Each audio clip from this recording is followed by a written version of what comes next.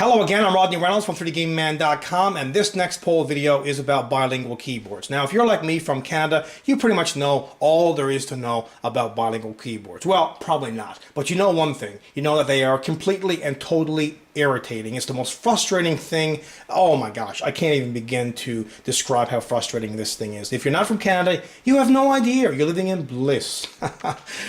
This is a bilingual keyboard, the silver one, and the one behind it is a standard keyboard. This is basically the child of a father who is English Canadian and a mother who is French Canadian. You've got this baby here.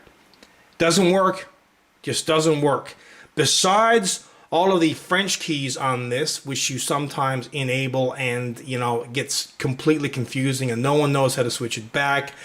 You have a couple of big differences here. The enter key, smaller on the bilingual compared to the standard.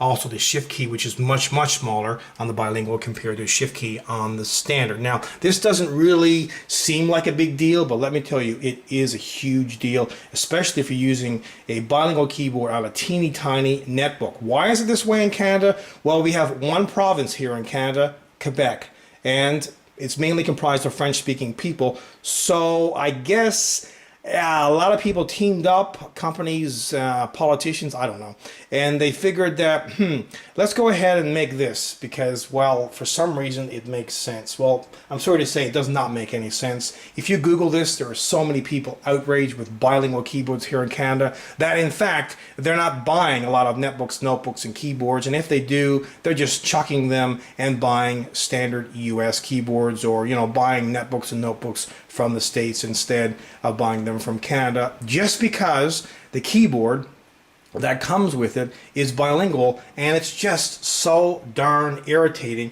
and hard to use. So this poll video is about, do you find the bilingual keyboard extremely irritating? I know I do. You can head on over to 3dgameman.com, vote and comment, and while you're there, check out the giveaway. It's at the top right hand corner of the site.